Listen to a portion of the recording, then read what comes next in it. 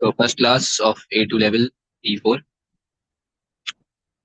सबसे पहली चीज तो भाई तुम्हारे पास ये तकरीबन 2 आवर 30 मिनट्स का पेपर होता है। ठीक है, 25% वेटेज है।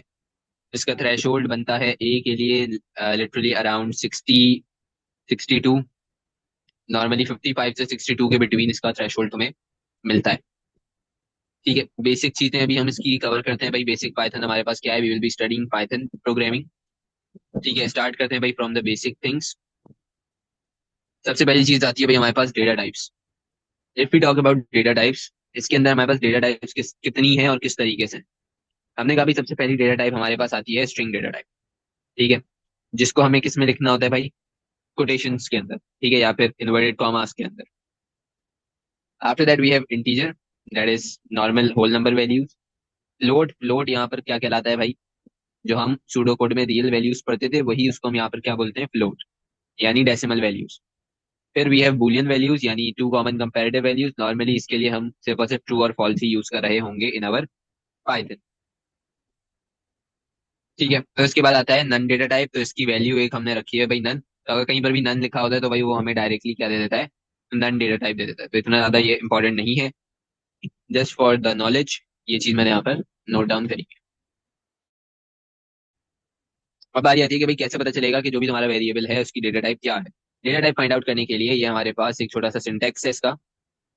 अगर हमें इसकी टाइप चाहिए, डेटा टाइप चाहिए, तो डेटा टाइप के लिए हमें क्या लिखना होता है, टाइप, ब्रैकेट्स को ओपन करने के बाद जिस भी वेरिएबल की डेटा टाइप चाहिए वो वेरिएबल उस ब्रैकेट में आ जाएगा। और in order to print this data type मैंने इसको प्रिंट के फंक्शन के अंदर डाला हुआ है। सही है, तो बेसिकली यहाँ पर क्या हो रहा है, जो हमारे पास ये नेम है, नेम का वेरिएबल, इसके अंदर क्या चीज स्टोर हुई है भाई, एक स्ट्रिंग वैल्यू स्टोर हुई भी है। जब हमने यहाँ पर इसकी डेटा टाइप प्रिंट करी तो हमारे पास आंसर क्या आ रहा है, स्ट्रिंग। ठीक है, बेसिकली इसकी जो डेटा टाइप है वो हमारे पास आ गई है। यहाँ तक कोई मसला? नहीं सर। इसी की कुछ एग्जांपल्स हमने करी थी। ये कुछ हमारे वेरिएबल्स आ गए हैं। इन्हीं वेरिएबल्स की हमने यहाँ पर इसी चीज को यूज करते हुए, इसी सेम सिंटेक्स को यूज करते हुए टाइप फाइंड आउट करी है, जो कि यहाँ से हमारे पास लिस्टेड डाउन है। ठीक है, हर एक वेरिएबल की अलग अलग डेटा टाइप आई हुई है।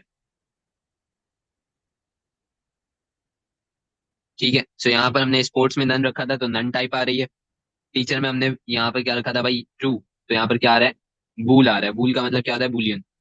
सिमिलरली यहाँ पे एवरेज के अंदर हमने डेसिमल वैल्यू रखी थी तो क्या आ रहा है, फ्लोट।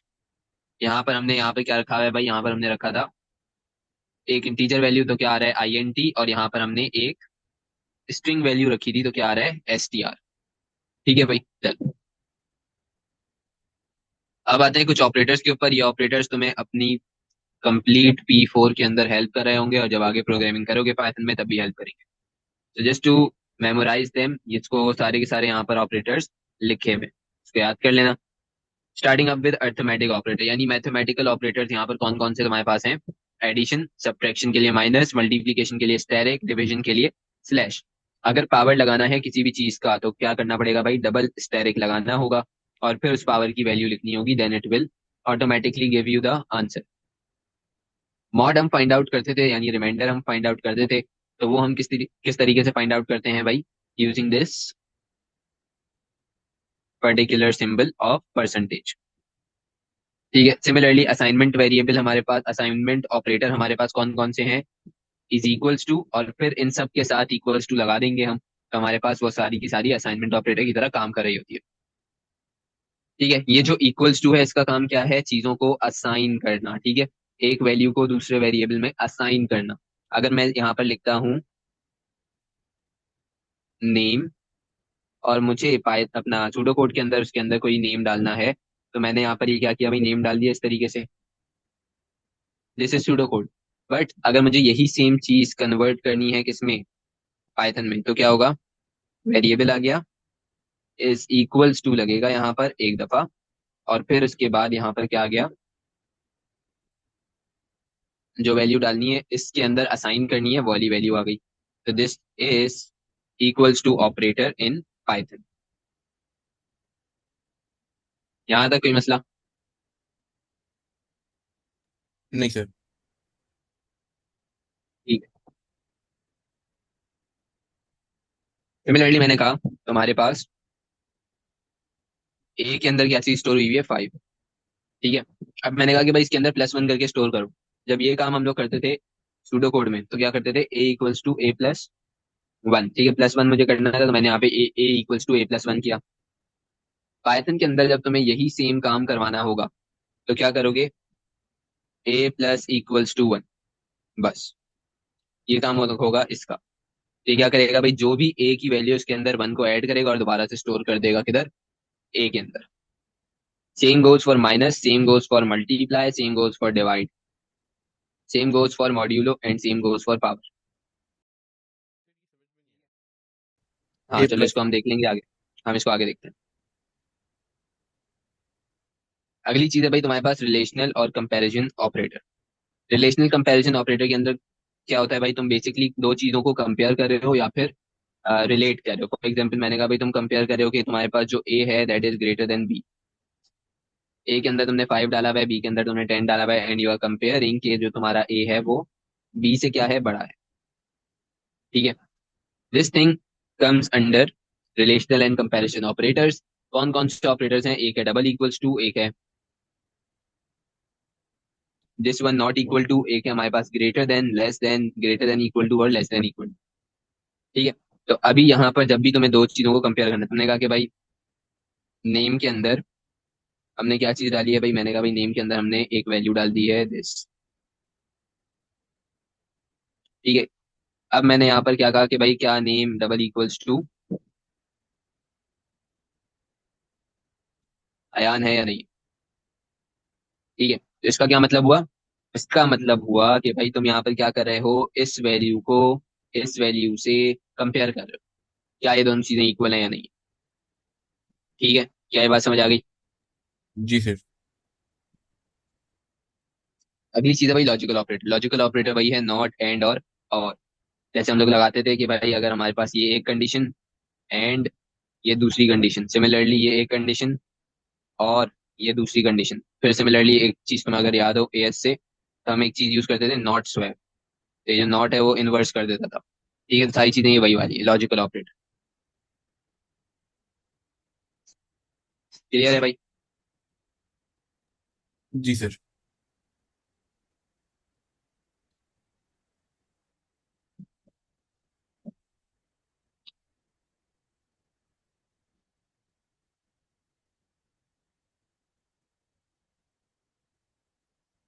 चलो भाई, तो ये हमें क्या चीज दी हुई है, हमें दिया हुआ है असाइनमेंट ऑपरेटर। ए के अंदर हमने कौन सी वैल्यू डाली हुई है, 25। बी के अंदर क्या है, 3। इसी को मैंने यहाँ पर पाइथन के अंदर काम किया हुआ है इसके अंदर। सो यहाँ पर हमने दो वैल्यूज ली हुई है। एक है भाई हमारे पास एन, जिसके अंदर हमने n = 5 किया हुआ है। एक है n1, जिसमें हमने n1 = 3 किया हुआ है। ठीक है।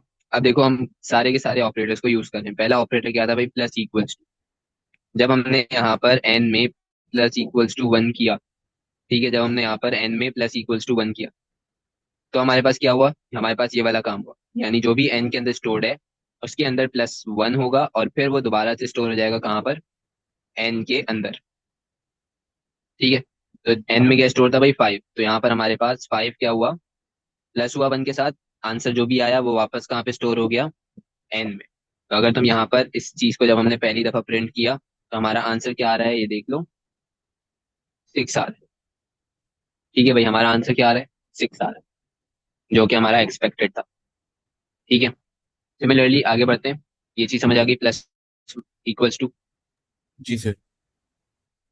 अगला क्या था भाई, माइनस इक्वल्स टू में क्या होगा, n के अंदर कौन सी वैल्यू स्टोर्ड है हमारे पास, 6 स्टोर्ड है। ठीक है, तो मैंने क्या किया भाई, मैंने कहा कि भाई -5। ठीक है, मैंने यहाँ पर क्या किया, मैंने यहाँ पर लिख दिया डायरेक्टली कि जो भी n की वैल्यू है -5। इसका क्या मतलब होगा कि भाई n के अंदर जो भी स्टोर्ड है, अभी क्या स्टोर्ड है, 6।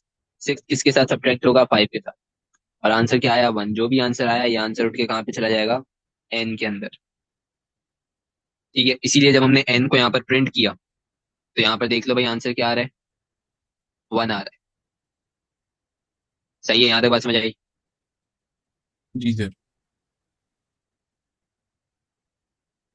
Same goes over here. यहाँ पर तुम्हारे पास क्या हो रहा है, n1 में तुम्हारे पास 3 स्टोर हुआ है मल्टीप्लाई इक्वल्स टू का क्या मतलब, मल्टीप्लाई किया, जो भी आंसर आया स्टोर कर दिया कहाँ पर, N1 के अंदर। डिवाइड इक्वल्स टू में क्या हुआ भाई, N1 की वैल्यू तुम्हारी अपडेट हो गई, क्या हो चुकी है, 6 हो चुकी है। तुमने क्या किया भाई, डिवाइड इक्वल्स टू 3। इसका क्या मतलब हुआ कि भाई जो भी तुम्हारे पास N1 की वैल्यू है उसको पहले तुमने डिवाइड किया 3 के साथ, और जो भी आंसर आया उसको दोबारा से कहाँ स्टोर कर दिया, N1 में। ये देख लो भाई, ये तुम्हारा आंसर आ रहा है इसी का।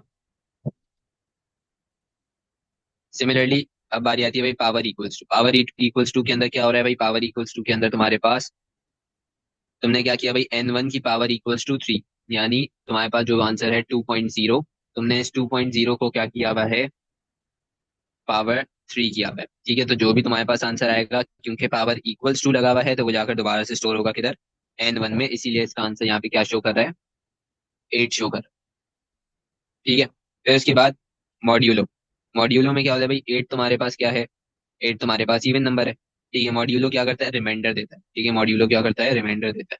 तो अगर तुम 8 को डिवाइड करते हो किससे, 2 से, तो यहाँ पर क्या देगा, 2 4 ज़ा 8, रिमाइंडर क्या आया भाई, 0 आया।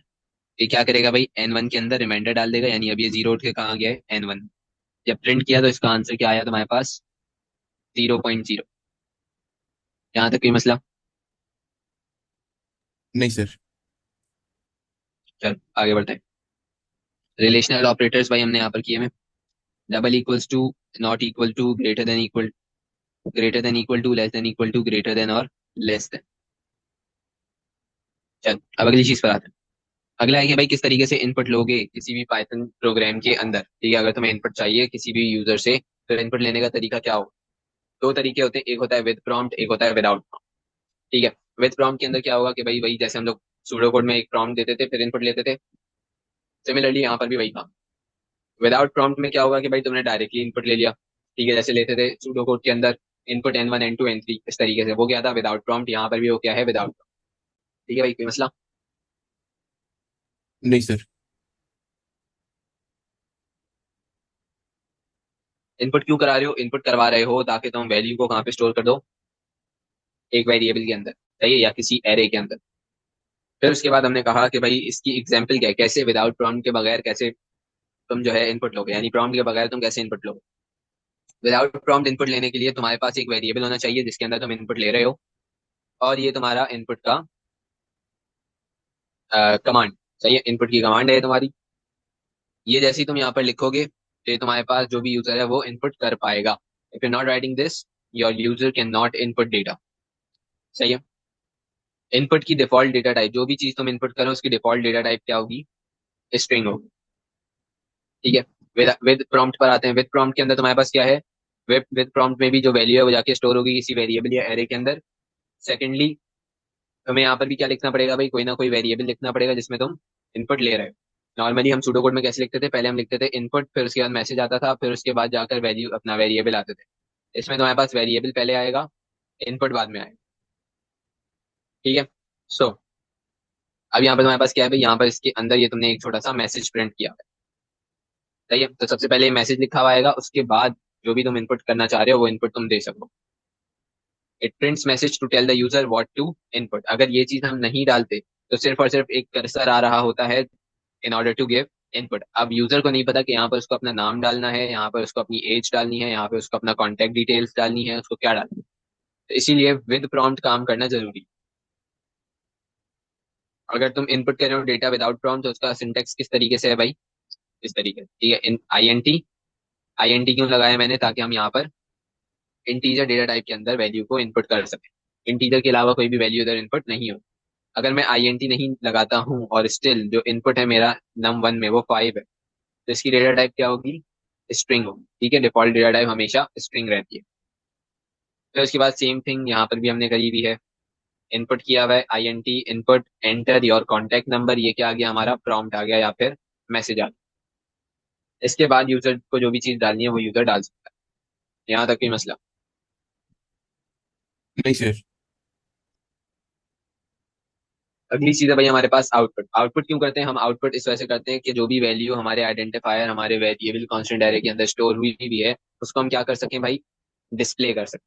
ठीक है, just in order to display the value stored in an identifier we output the data. तो ये आउटपुट कैसे करोगे भाई, प्रिंट का फंक्शन लिख के। प्रिंट लिखा, प्रिंट लिखने के बाद पैरेंथेसिस को ओपन किया और इसके अंदर जिस भी चीज को प्रिंट करना है वो लिख दिया।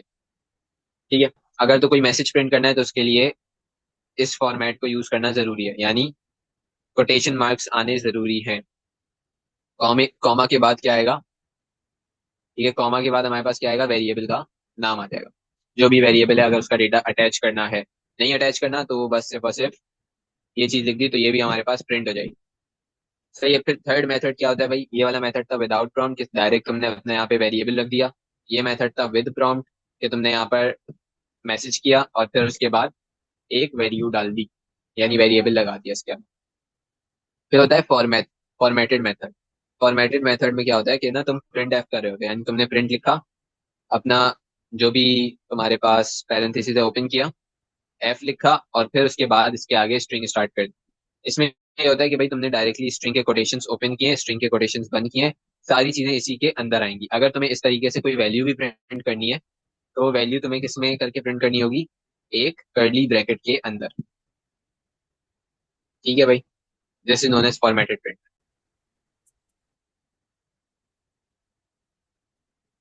ठीक है भाई, ये इसकी एग्जांपल है, इसको भी देख लो। यहाँ तक सारी चीजें समझ आ गई? जी चलो, जल्दी से एक छोटा सा बेसिक क्वेश्चन हम स्टार्ट कर रहे हैं अभी। पाइथन के ऊपर एक छोटा सा क्वेश्चन करेंगे। क्वेश्चन क्या है भाई? Write a program, Python program that calculate the area of a circle based on the radius entered by the user. ठीक है। अच्छा भाई, सो यहाँ पे तुम्हारे पास क्या चीज गिवन है? यहाँ पे तुम्हारे पास बेसिकली एक कंप्लीट क्वेश्चन गिवन है, और ये क्वेश्चन क्या बोल रहा है कि right a Python program that calculates the area of a circle based on the radius entered by the user. ठीक है, यूजर जो भी अब यहाँ पर तुम्हारे पास रेडियस एंटर करेगा उसके हिसाब से तुम्हें यहाँ पर क्या लिखना है? एक छोटा सा पाइथन प्रोग्राम लिखना है। ठीक है। इसके लिए अपने पास एक न्यू फाइल बना लो, basic program questions dot P Y. ठीक है, उसके अंदर इसको अपने पास लिख लो।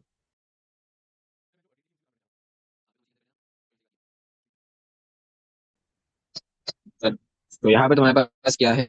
यहाँ पे तुम्हारे पास सबसे पहली चीज, you need to calculate the area of a circle. Area of circle calculate करने के लिए सबसे पहली चीज और सबसे ज्यादा इंपॉर्टेंट चीज ये है कि तुम्हें पता होना चाहिए कि उसका फॉर्मूला क्या है। That is pi r square. ठीक है, फॉर एरिया।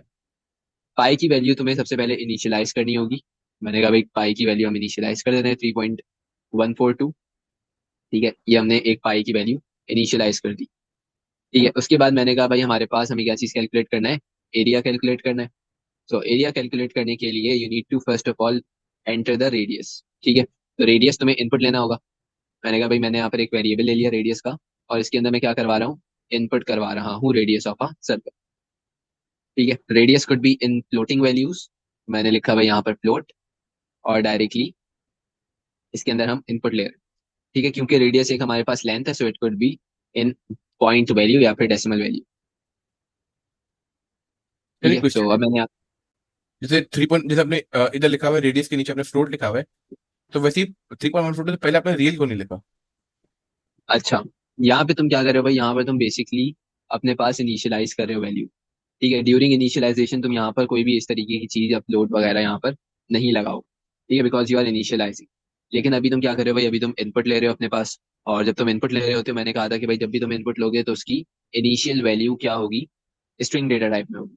और अगर तुम्हें उसको बताना है कि तुम्हारी जो वैल्यू है वो कौन से डेटा टाइप की हो, तो उस डेटा टाइप का तुम्हें नाम लिखना होगा, और फिर उसके बाद उस डेटा टाइप के पैरेंथेसिस लगेंगे और उसके अंदर तुम इनपुट करो। अगर मुझे इंटीजर वैल्यू को इनपुट करना होता, ठीक है, तो हम क्या लिखते पहले? आई एन टी लिखते। अगर बूलियन वैल्यू को मुझे इनपुट लिखना होता तो मैं क्या लेता? बूल लेता। ठीक है, चल। सो अब यहाँ पर क्या आ जाएगा भाई? प्रॉम्प्ट डाल देंगे हम।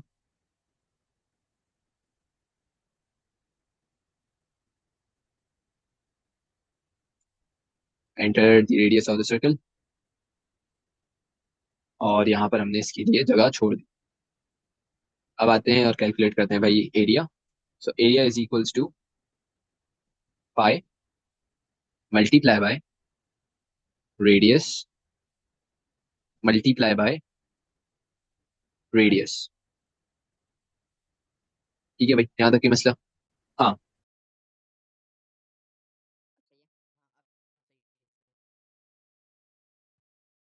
ठीक है। समझिए। सो यहाँ पर ही तुम्हारे पास क्या हो गया भाई, यहाँ पर तुम्हारे पास pi multiply by r multiply by r. इसको तुम इस तरीके से भी लिख सकते हो कि तुम यहाँ पर पाई लिखो मल्टीप्लाई बाय रेडियस। ठीक है, बस यहाँ पर अपने पास ब्रैकेट ऑन कर लेना और डबल स्टार टू, सही है, यानी पावर के लिए हम डबल स्टार यूज कर देते हैं, तो यहाँ पे डबल स्टार टू इस तरीके से भी करके हम देखते हैं।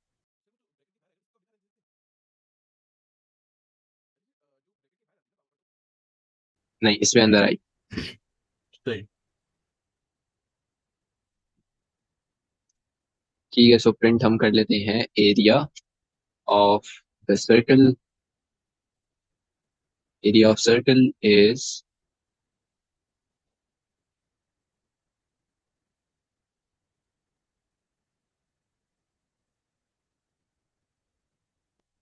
कॉमा और यहाँ पर क्या आ गया, एरिया।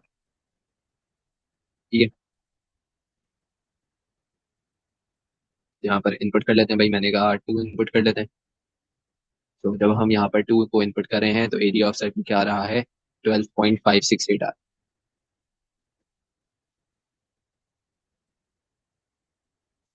ठीक है, तो अगर तुम इसको अपने कैलकुलेटर में भी डाल के देखोगे answer will be same. Similarly इस टेक्निक से भी करके देख लेते हैं।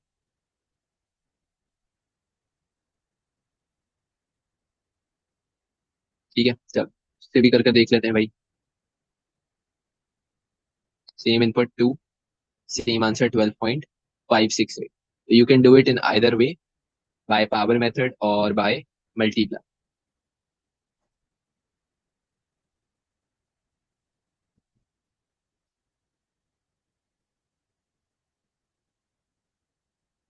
ठीक है, तो रेडियस के ऊपर स्क्वायर था तो यहाँ पर मैंने रेडियस को एक ब्रैकेट में रखा है ताकि पहले स्क्वायर हो जाए, फिर उसको ये हम मल्टीप्लाई कर देंगे पाई के साथ। ठीक है भाई।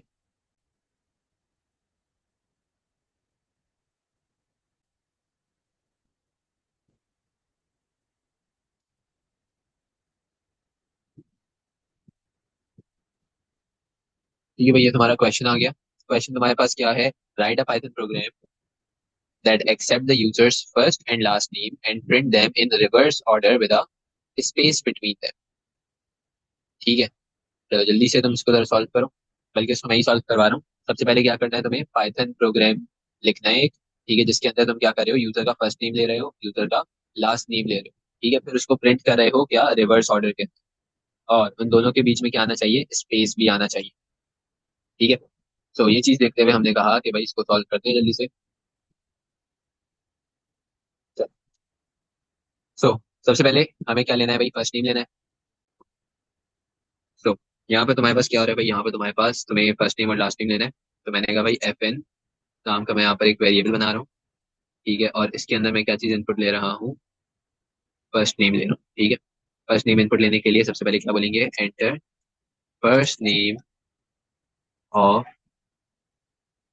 ठीक है, ऑफ यूजर लिख लो, या फिर मैं यहाँ पे लिख रहा हूँ enter first name, enter your first name. ठीक है, फिर उसके बाद लास्ट नेम के लिए मैंने एल एन ले लिया है वेरिएबल, और इसके अंदर मैंने इनपुट करवा दिया है क्या, enter your last name.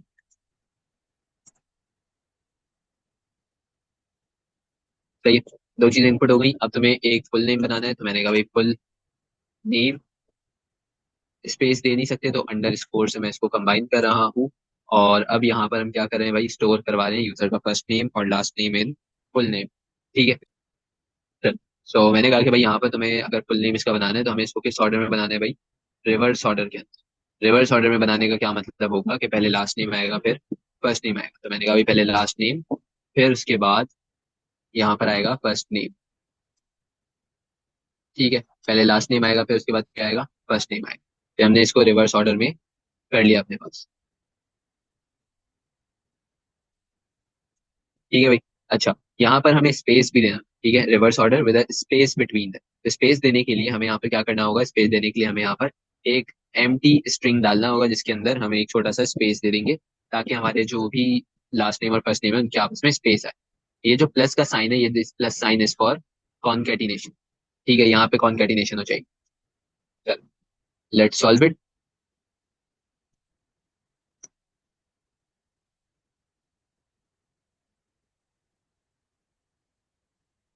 First name मैंने यहाँ पर डाल दिया भाई अपना, लास्ट नेम मैंने यहाँ पर डाल दिया। प्रिंट तो कराना ही रह गया, चलो प्रिंट भी करवा लेंगे भाई यहाँ पर, ताकि हमारे पास लिखा हुआ आ जाए। तो मैंने कहा भाई प्रिंट हमें क्या कराना है, फुल नेम। सो प्रिंट करवाने के बाद इसको हम दोबारा से डालते हैं। यहाँ पर हमारे पास आ जाएगा भाई फर्स्ट नेम, लास्ट नेम, और ये हमारे पास क्या आ गया भाई, पहले मेरा लास्ट नेम आ गया रिवर्स ऑर्डर में, फिर फुल नेम आ गया, और बीच में क्या आ गया हमारे पास, इन दोनों के स्पेस आ गया। ठीक है, इन दोनों के बीच में क्या चीज आ गई है, स्पेस आ गई। यहाँ तक की मसला। हाँ, क्योंकि उसने तुम्हें क्वेश्चन में बोला था कि भाई उसको स्पेस चाहिए, ठीक है, बिटवीन बोथ ऑफ देम। तो ये एम्प्टी स्ट्रिंग करता है कि ये तुम्हारा स्पेस करेक्टर है ना, अच्छा। तुमने स्पेस दिया ना भाई, ये देखो, अगर तुम यहाँ पे स्पेस दे रहे हो तो ये तुम्हारा स्पेस आ गया बीच में। अगर मैं स्पेस नहीं देता हूँ और इसको दोबारा से रन करता हूँ, तो मैंने कहा मैं यहाँ पे मैं कुछ भी डाल देता हूँ, ठीक है, तो यहाँ पे तुम्हारे पास स्पेस नहीं आ रहा। स्पेस अगर चाहिए तो यहाँ पे एम्प्टी स्ट्रिंग के अंदर ऐड करना होगा। सही है।